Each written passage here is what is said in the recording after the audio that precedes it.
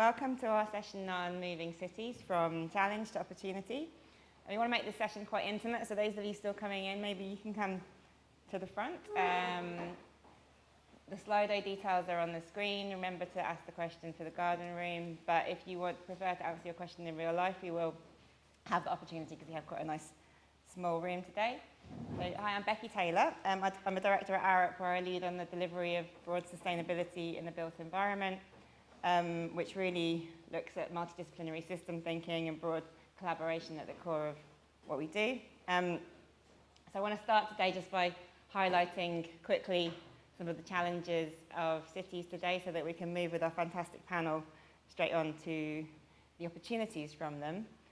Some of these were covered very well by the theatre main stage session prior to this, so I'm not going to go into a lot of detail, but quickly summarising them, we've got inequality, rising poverty and cost of living, climate change mitigation and adaptation, and potentially soon we'll have climate migration, creaking infrastructure and resilience, housing supply and cost, construction inflation and supply chain, post-truth politics and lack of trust in our institutions, and then also public sector resource constraints, of course, alongside, and I need Alex Yan here ready to sort of do this properly, but inconsistent, changeable national leadership. So this session is all about how to build on that and find the opportunities that right now really are very essential. So we have 4 fantastic city leaders working to deliver true value, a better quality of life for their citizens, while heading towards net zero and nature positive future. So they're having to think very differently to solve our modern challenges. So welcome to Debbie Jackson, Executive Director of Growth, Planning and Housing at Westminster City Council, Becca Herron, Strategic Director of Growth and Development at Manchester City Council, Dr. Aileen Jones, Executive Director of Investment and Delivery at Liverpool City Region, and Rob McNichol, Assistant Director of Policy and Strategy at the City of London Corporation. So I'm going to start with you, Debbie. You've delivered lots of change programmes in your career at both the GLA and Westminster, and we've been talking a lot about the city as a platform for change. So what key things are there about cities that allow you to deliver value-driven change sustainably? Thank you, and good morning, everybody. There are seats at the front. I'm just going to keep saying it, so please don't feel like you have to stand, anybody. So thanks for the opportunity to be here this morning and talk to you on this topic. And I'm going to sort of start and end with a note of optimism and some of the challenges in the middle. And there's a rude way to describe that, which I'm not going to go into. But I want to begin by talking about the role of cities in society, and I'm very much an optimism on this topic. I think cities will continue to have a role. Of course, during the pandemic, there was a lot of discussion about cities and whether they remained relevant, whether they remained places that people wanted to live. And I fundamentally believe that they do and always will do.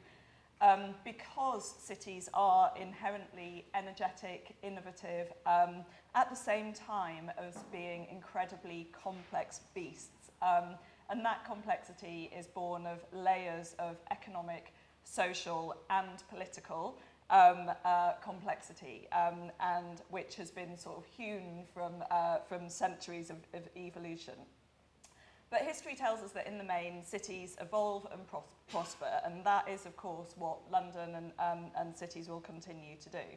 And I think that's where resilience comes from, that complexity of the systems that underpin our city is what gives us that resilience. But of course, that complexity also breeds challenges as well. And we called out some of the challenges, and we'll talk about them as a theme throughout the day, around sustainability, around equality, around well-being of our communities. But I think cities present the best opportunity to address those challenges because we have shared infrastructure, because we have so many people living here and the access to the skills and the talent and the places for that skills and talent to really come alive as well.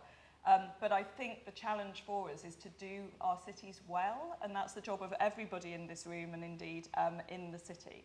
So we need to really think about how that infrastructure works for our people. To turn to Westminster, because I'm on the platform, I've got to talk about my borough a little bit. Westminster's obviously at the heart of London. And, you know, the stats are well rehearsed. A population of 250,000, but 1 million people flooding into the borough every day. GVA more than Wales and hosts an eighth of London's jobs. So a lot of the challenges are writ large in Westminster. We have a housing crisis. We have 3,000 families in temporary accommodation.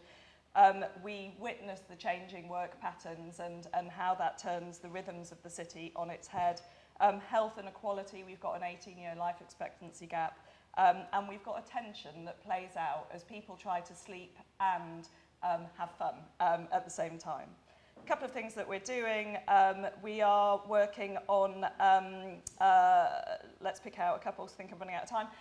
We are proposing to develop an evening and nighttime plan to try and work through some of those tensions and how we enable people to live in the city, lead a calm and peaceful life, and have fun in the city as well. And we don't underestimate the challenge of that. We are also working in the borough to try and decomplicate complexity. We have a Westminster Investment Service which works with businesses to help them find their place in the borough and navigate. And then my last final positive point, I just want to talk about Oxford Street for a second as a bit of a bellwether of the borough. You've all read the stories. It's in absolute crisis, isn't it? But I challenge you to go there on a Saturday and remember that crisis as you try and get along the street and into the shops. But we have a programme called Meanwhile on Oxford Street where we have put a call out for businesses who would like to show their wares on Oxford Street. Over 800 applications. So lots of people are actually really excited. And now we've got a really good problem to have of figuring out how to bring some of that creativity to the West End. So I'll leave it there. Thanks, Debbie. That's fantastic. And to go directly outside London next, Becca. Manchester, obviously the poster child of growth outside London, and I wanted to ask you about how you deliver that growth inclusively to provide true value for all your citizens. So, I mean, I touched on this in the previous session, but I think Manchester has grown enormously over the last 20 years. And I think, you know, listening to some of my other colleagues on that previous panel, I think actually Manchester is faring pretty well. Post-Brexit, post-pandemic, so demand for residential, commercial is still really strong. We're seeing lots and lots of visitors to the city. Economically, we've been performing really well, so the population of the city's increased to nearly 600,000 from sort of 450,000 sort of 10 years ago.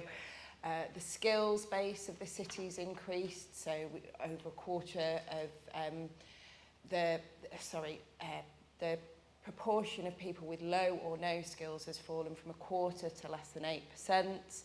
Nearly 45% of our population have got degree level skills. So we're seeing a hugely strong performance in Manchester's economy. But what I would say now is that we're almost starting to try to get to grips with our growing pains.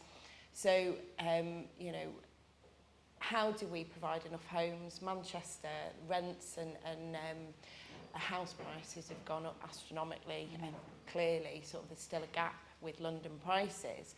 But how do we adjust for that? How do we increase the supply of housing overall, but also particularly increase the supply of affordable housing? Transport, it's going to be a theme of the day, I think, but I touched on it in the last discussion. There are plenty of opportunities for housing development, not just within the city of Manchester, but across Greater Manchester as a whole.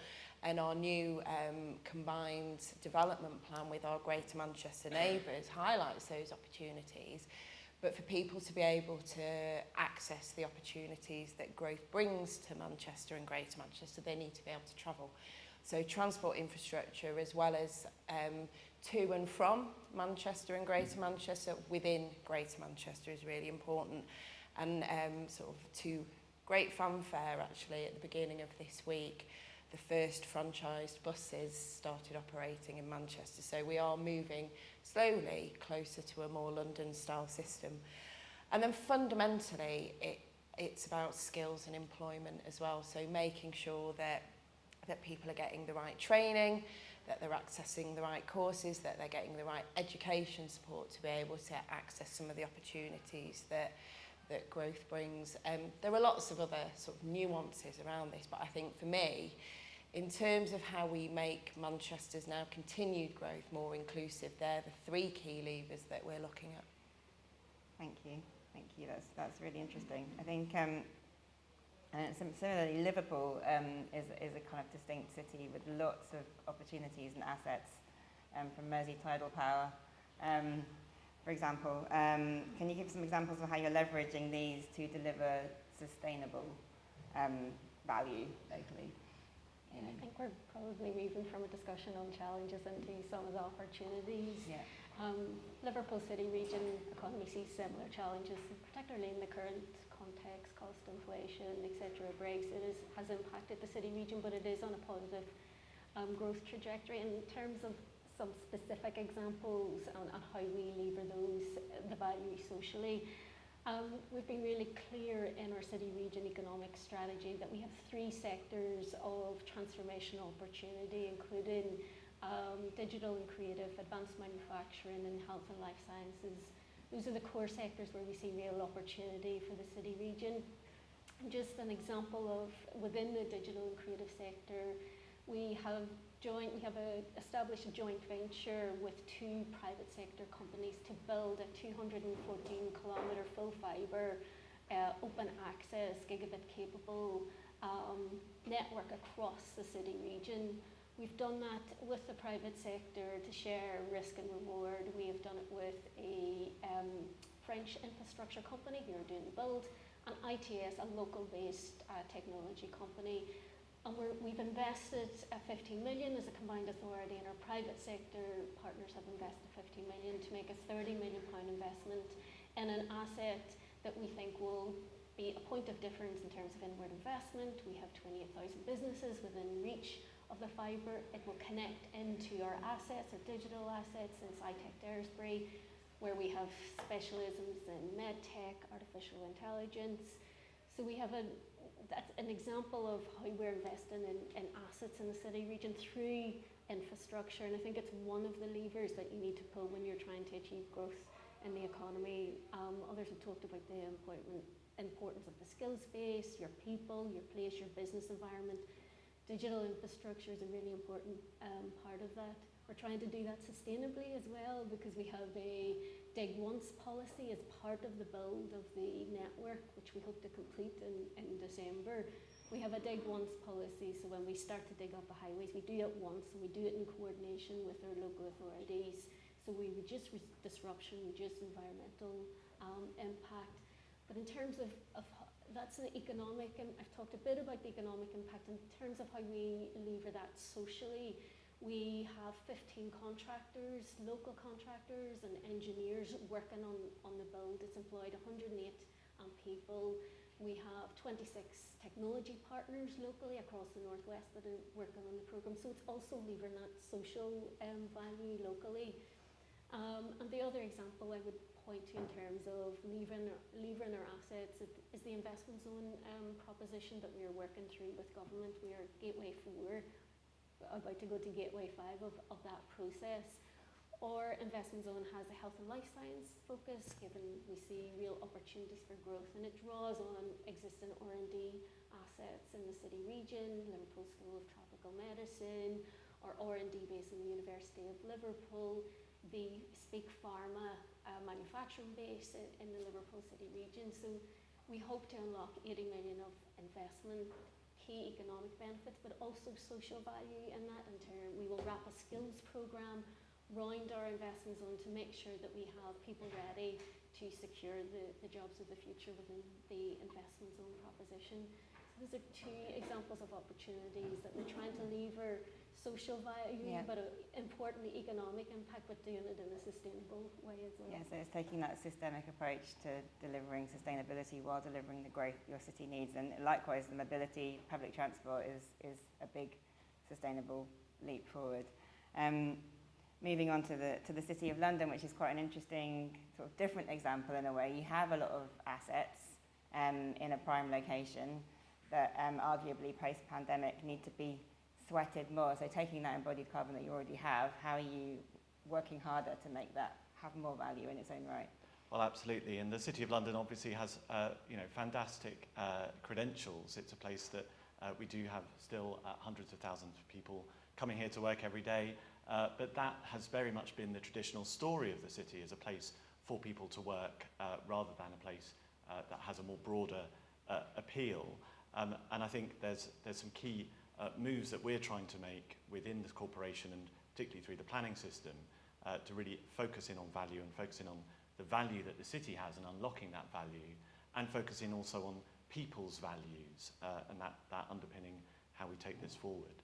So 3 aspects to that. One is very much our flagship destination city policy, so really transforming the square mile from a place of purely work to a place of leisure, of recreation, and becoming effectively a destination that people want to come to, whether that's a place for people to come to work or a place for visitors, international and from across the country.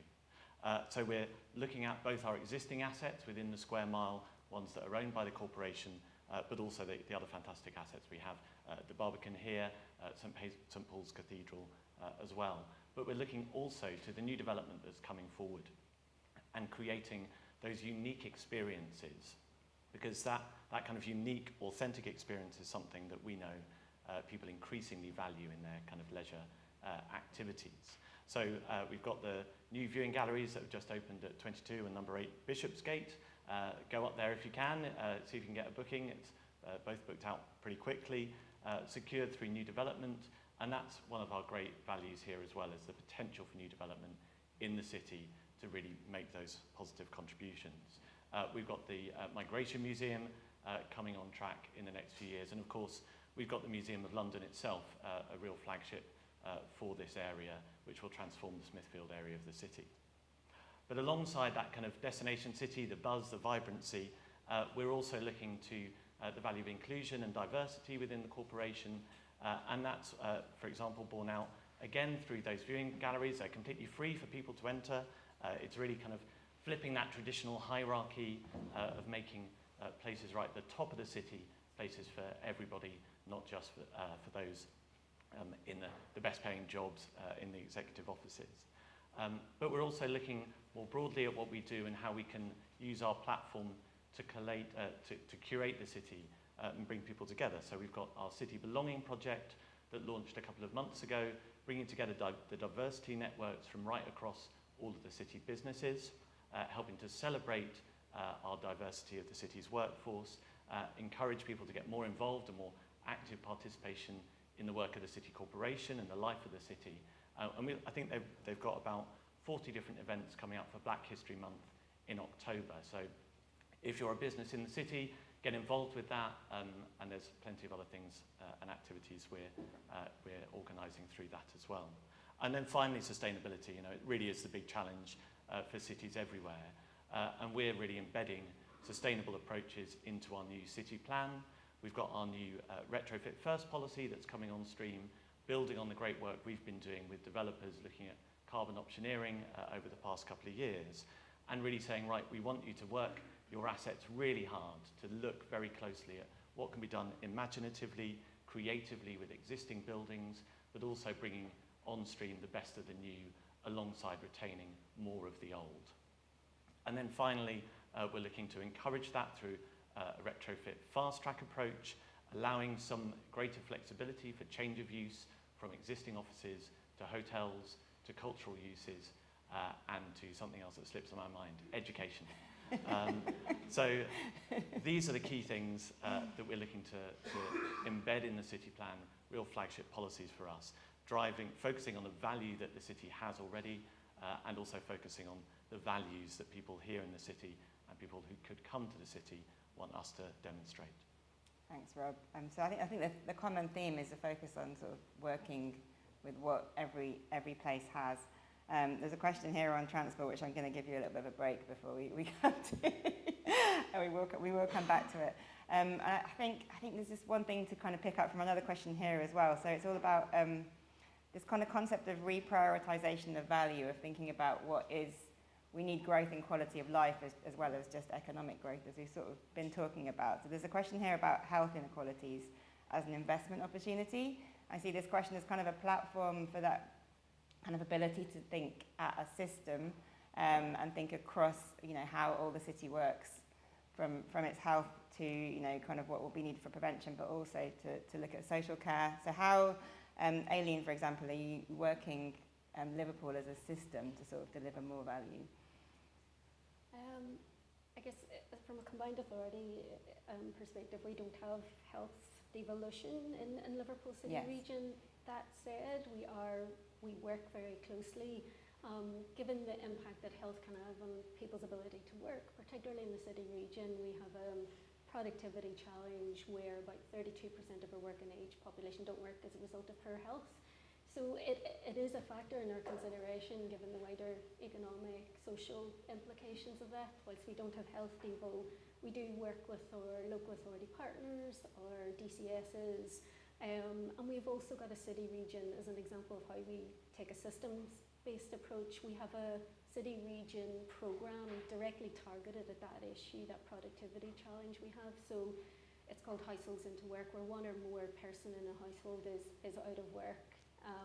As I said, various reasons, but predominantly health reasons in the city region. We provide intensive support at a household level to support the household to move closer to the job market. So it is targeted at over 16s, where one or more person in the household is out of work, and as I said, generally health features in that. So that's one example of how we try and take a systems-based approach, households into work as an example, but we work very closely with our local authorities and there's always a natural tension about where the city region intervenes as opposed to things happening at a local level to tackle those very specific health challenges, but we take more of a strategic role from a Liverpool City Region Combined Authority perspective and try and intervene at the right strategic level that adds value and additionality to what is happening at local authority level.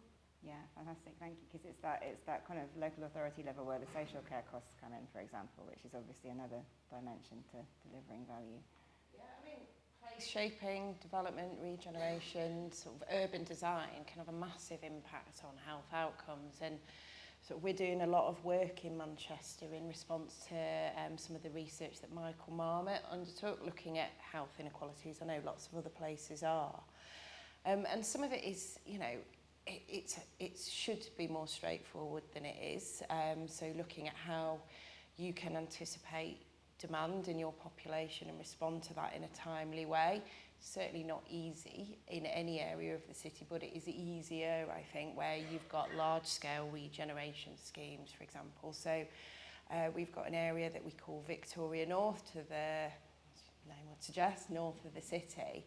We're building 15,000 new homes. That's like a new settlement. So we are doing what we can to get upstream of that in terms of looking at the social infrastructure requirements. So not just health facilities, but schools, community facilities, for example. We've got a significant new housing in another area to the east of the city called Holt Town. We're at an earlier stage of planning, but similar principle there. We need to get upstream and plan that in from the outset. I think the way that the system works at the moment mitigates against to a large degree, because you need to be able to demonstrate demand to get on the list. But we need a much more strategic assessment of our requirements. I think it's probably even more challenging in areas where you've seen incremental change. So, there's an area to the south of the city where 4 or 5 tricky schemes that people have been trying to bring forward for a number of years are now finally moving. Well, in an area that's already pretty well developed, that's going to put quite a lot of pressure on infrastructure. So that's harder, and then you can look at your role of the planning authority. But there are broader impacts in terms of health inequalities as well. So looking at how you design spaces, how you encourage active travel, sort of movement, looking at areas that can be car-free, looking at how you improve air quality. There are lots of aspects to urban design that can improve health outcomes. And then I suppose that leads me into another element, which I think is a key role for the public sector, which is driving social value and benefits from development as well, because as Michael Marmot clearly demonstrated one of the biggest negative impacts that you can have on people's health is economic inequality. So touching on some of the points that I raised before, how do you make sure that some of the benefits of growth in our places are felt by our population, so which will contribute to that as well. Coming back to the inclusive growth. Are there at this point any questions directly from the audience? Do we need a mic? Or probably you can shout. Yeah. So really fantastic panel, and my question is to Debbie actually. So obviously one of the reasons that I live in a city is opportunity, is work, is infrastructure, is the ability to grow my career, but it's also for fun. And so I'm a resident of Westminster, and I'd love to hear more about the evening and nighttime plan. Because I think that London is struggling to keep up with its international competition in terms of the nighttime economy. Okay, hi, Westminster resident. So the first thing to say about the evening and nighttime plan is I think we're press releasing the launch of this work this week, so it's our secret, everybody, right?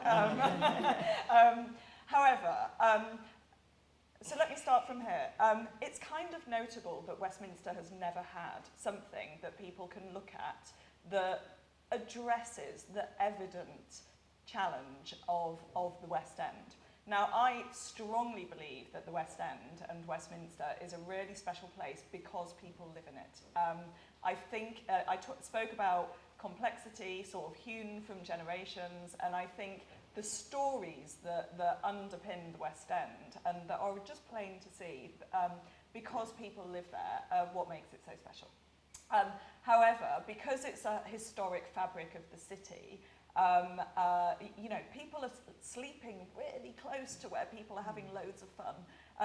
And notably, 2 years ago at LREF, under the previous administration, the then leader was on the keynote panel. And the Slido questions, there was loads of really important things that got asked about. Number one on the Slido questions was about alfresco in the West End.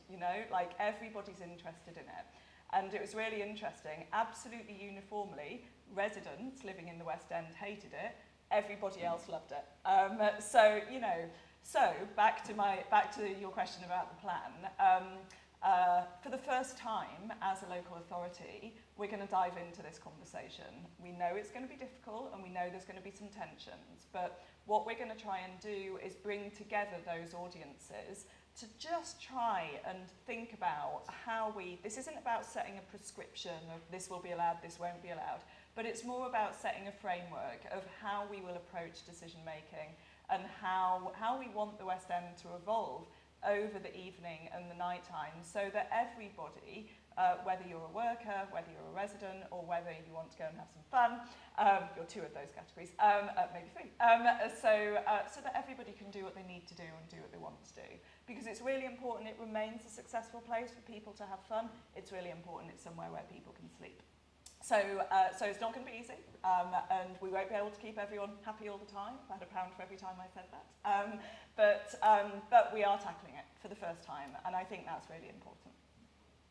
Thanks, Debbie. And just because it's sort of related, I know you have your hands up, but in terms of the City of London, we have a Slido question on kind of, is there going to be more residential in the kind of future plan? Quite quickly, I think. So we always want to make sure we're doing our part in meeting residential needs for London. We have a relatively small housing target prescribed by the London plan. We will be meeting that housing target. I think it's 146 homes per year on average, and we'll be making sure we do that. But we'll be focusing new residential development in and around established residential areas.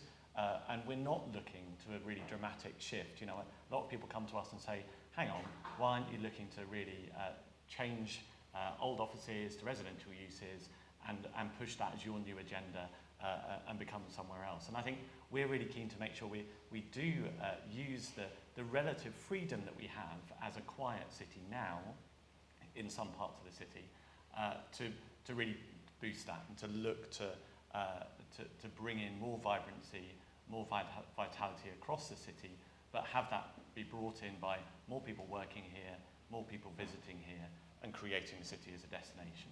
So a bit more residential, but a lot more people visiting the city is the summary. Thanks, Rob. I'll take one from this gentleman. Fun question and a general one for Hannah. The fun one was, what difference did the Arup Song Contest actually make? Good question. The serious question is, Alex, in the earlier session, said his number one task beyond it would be business rate retention for cities. Is that a view that's supported by all four of our panel? Eurovision first? Yeah. The fun bit first. Look, we are, Liverpool City Council colleagues are in the process of doing an evaluation of the economic, social impact of Eurovision. But look, it was a huge event, put the city on an international European stage. You know, we think it brought thousands and thousands of visitors into the city, production staff, BBC, etc.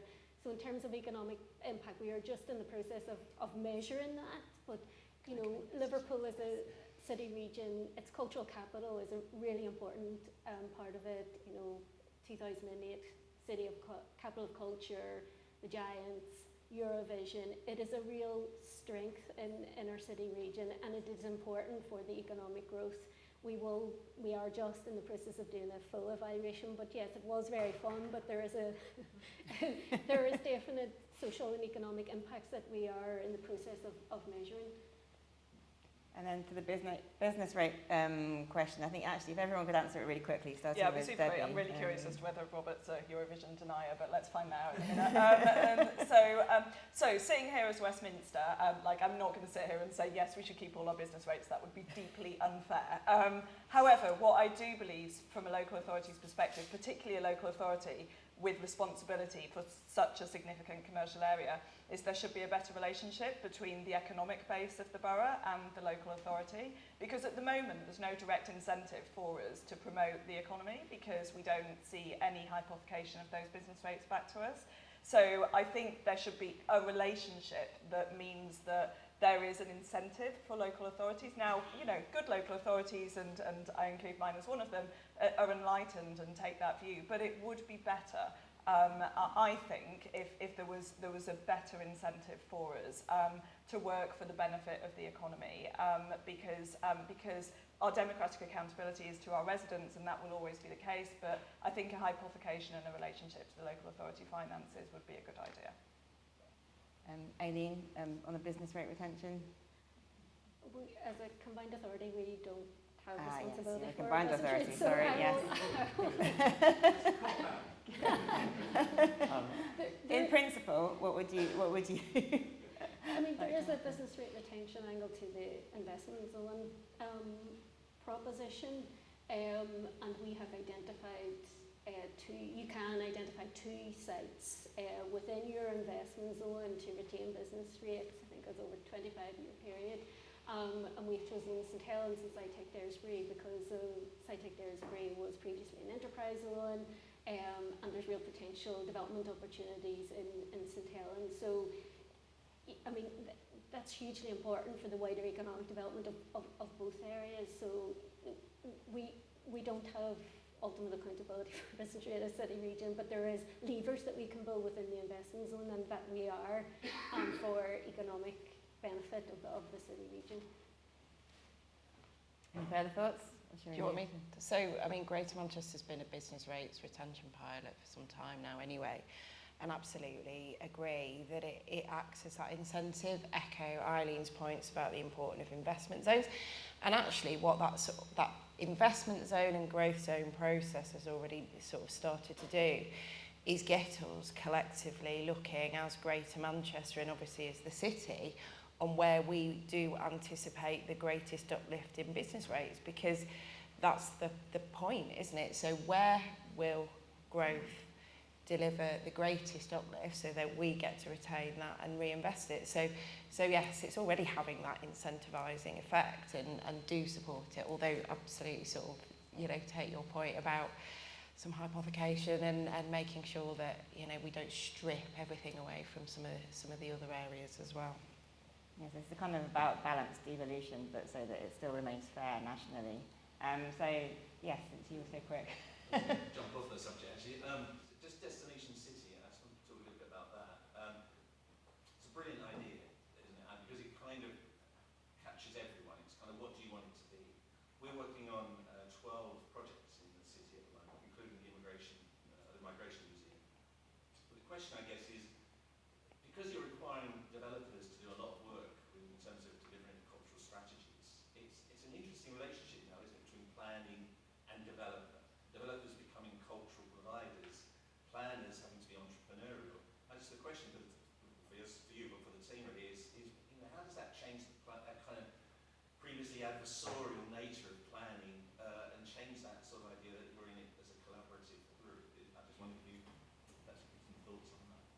Yeah, absolutely, and it's something I think we in the city have always striven to do. Certainly, since I've been there over the past 18 months, I've seen the development management team there, our design team work really collaboratively with developers, whether it's on delivering culture, whether it's on delivering sustainable buildings, and see, that particularly for the big schemes, that pre-app process is really a dialogue, a chance for us to learn from each other and to build on what we're doing.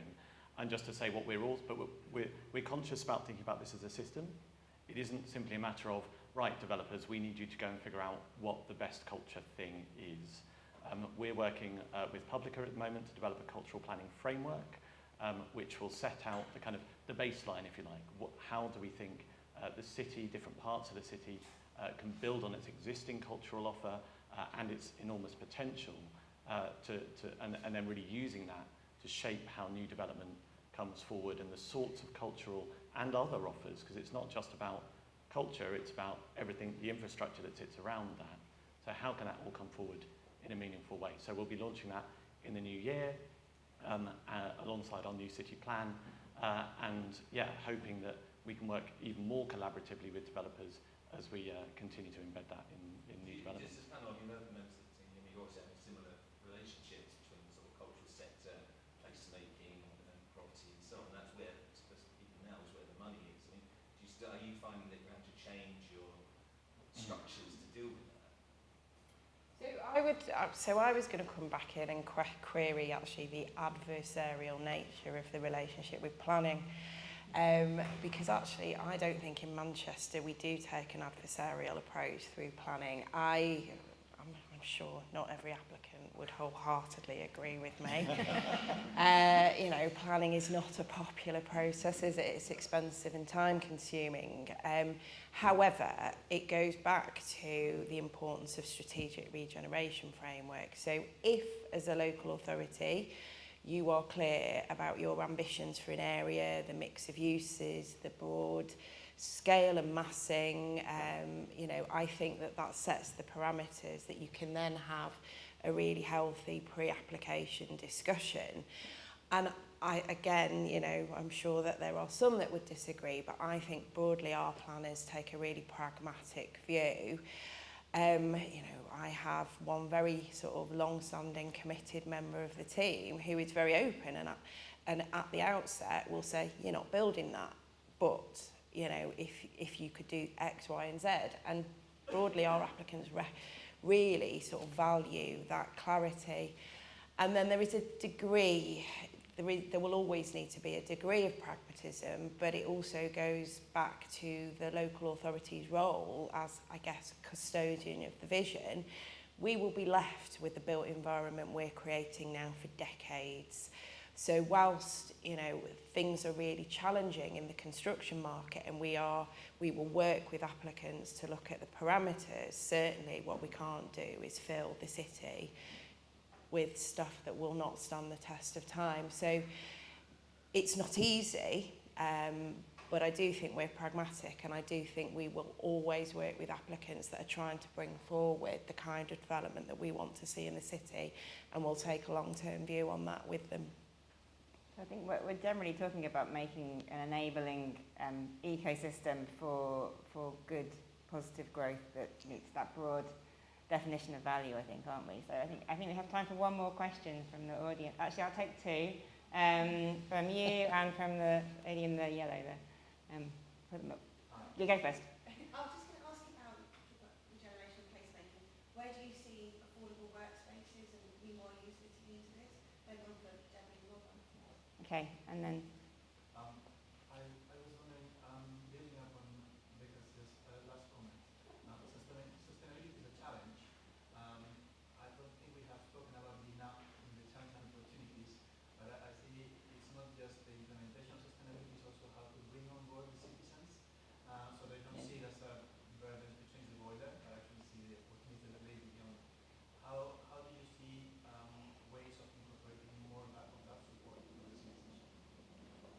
Okay, we have 4 minutes left in that. So we have meanwhile use and affordable workspace, and then, yeah, a bit of a push to get you guys back on that sustainability question. So who wants to go first? I don't mind going first. So affordable workspace and meanwhile uses, really important in Westminster. You know, we're such a high cost borough, and so we have quite robust policies within our planning system to enable affordable workspace, not just for a year or 2 years, but for the long term, so that there can be that sort of variety of entry points for businesses at different levels. We as a council also own quite a lot, and we look to, you know, the sort of co-working space is quite well provided for, so we really try and think about what sectors do we really want to target. So for example, in Church Street, we'll be opening an affordable workspace within the next few months, and we're really focusing on the sort of making community, linking in with the economy of Church Street, antiques and furniture and the like. Quickly on sustainability, I mean, it's a really big challenge. It's a really great question. We are working, to give you an example, it links to one of the earlier questions, in North Paddington, which many of you will know is the sort of Harrow Road, Maida Vale, Westbourne part of Westminster. We do have projects to get some proof of concept going on with terrace houses, like working with the typologies we've got. What can retrofit look like? What does it look like to do it across a terrace of, say, 10, 15 homes? So we can start to get some proof of concept, test and trial, and then secure some buy-in by literally bringing people through the door and showing them what can be done there. It's hard, though, not underestimating the challenge. And does Aileen, do you want to come in with a sustainability and opportunity combo? Yeah, it's a real challenge. Our mayor has set an ambition to get to net zero carbon by 2040. So we have a number of 3 main strands of work in order to help us to get to net zero in 2040. One relates to housing retrofit, transport decarbonisation, and wider, using the mayor's convening powers and wider industrial decarbonisation. And then there's public buildings decarbonisation as well. But I think your point was more about how do you shift behaviour change, and we are currently giving thought and where we put our cycling and walking to make people want to walk or cycle to work. We're looking at other incentives that we can use to change behaviour so people leave their car and go on to public transport. We have an ambitious housing retrofit programme as well, and there's a real issue, I think, in the city region around carbon literacy, and what do we need to do to promote carbon literacy. As an example, we've been retrofitting and put in insulation in people's roofs, and at the same time we have to put in ventilation, but residents haven't wanted the ventilation. So there's a real carbon literacy responsibility at a city region level as well. So we are trying a number of different interventions and thinking innovatively about incentives so that we get people out of the car into public transport. And that's front of mind, but a real challenge as well from a funding perspective on housing retrofit. We have 700,000 homes in the city region. We're retrofitting about 5,500 every year, and we need to retrofit 30,000 at least a year to get to net zero carbon. So we are also looking at financing models. We can't just do this with public funding alone. We have secured funding through competitive funding rounds from national government, but we have had conversations about how do you get to a private financing model on this as well, and thinking about it differently. Becca, if you want to come in quickly. No, I mean, your point is primarily about how do you get residents and stakeholders on board, and it is a challenge. So sort of, Debbie, you were talking about one of your pilots. We've got a pilot in an area of South Manchester. So with that, we are looking at both trying to address some of the issues around investment in retrofit. So what is the mechanism? Is there a mechanism? If so, what is it? To be able to capture some of the benefits of retrofit in terms of efficiency of those buildings to generate a financial return for reinvestment in other properties. The other part of that pilot, though, is how do we engage the residents in that? Because similarly to sort of, what Eileen was just saying, even though those homes will be more efficient, warmer, more cost effective to run, there are still quite a significant number of people that don't want the disruption as a minimum, or just don't want to make that conversion.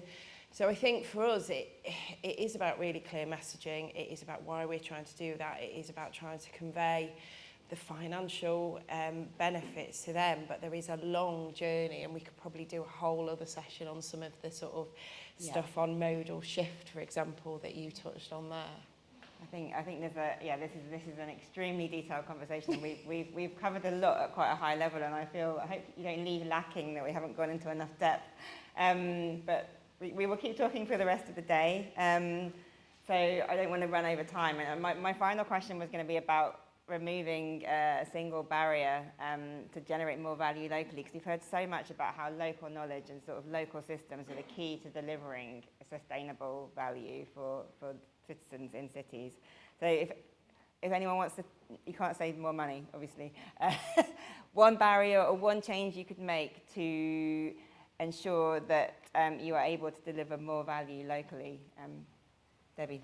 I mean, having talked about the merits of complexity, I do think that we are all guilty of introducing too much complexity in the system. So I think, you know, things like, clearer definitions of affordable housing, some clarity on where planning is going to go and planning policy. I do think sometimes as a system we make lives difficult for ourselves. So I think we should always hold a bit of a mirror up and try and keep things simple. Excellent. Aileen. I mean, it isn't, I'm not saying more money. However. It's okay, you can if you really want to. I think there is something, though, from a city, region, combined authority perspective about how we're funded. Yes. We compete nationally, and we're pitted against our, your neighbours, Greater Manchester and others in competitive funding rounds. There is some, progress on that in terms of single settlements, rather than, and that would help combined authorities do the strategic role that they were set up to do, to take a longer term view in the economy, etc. It's very difficult to do that when you're competing through bidding rounds nationally. So I think it is how we're funded rather than the level of funding that is the issue. That's a valid answer, thank you. And I think that is in itself a whole other session as well. But I think clearer, longer term, more programmatic funding that isn't kind of outcome specific, but looks across all the outcomes that regions need. Rob? Partnership, working and trust, that's what it comes down to if we're going to deliver a net zero square mile by 2040, which is our aim. We need to work with others. The City Corporation can't do this alone. We're looking to develop a net zero partnership, bringing on board a whole load of other partners to help make that happen. We need it to be at the right level, which means senior people on board, involved, and given their time, and trusting each other that we're all seeking to genuinely deliver the right thing. Thank you. And for me, I'd say what I'd like to see removed is some of the resistance against greater devolution of skills and employment programmes. So it's the one area, there's lots of things that have not quite delivered as we might have hoped, but it's the one area where we've struggled to get significant traction. And going back to your original question to me, which is how do you make growth more inclusive? For me, that's a really important lever that we've not been given any meaningful, very little meaningful influence over so far. Fantastic, thank you. And that's a great ending. Sorry for being a bit over. Thank you, everybody. Thank you so much. Fantastic.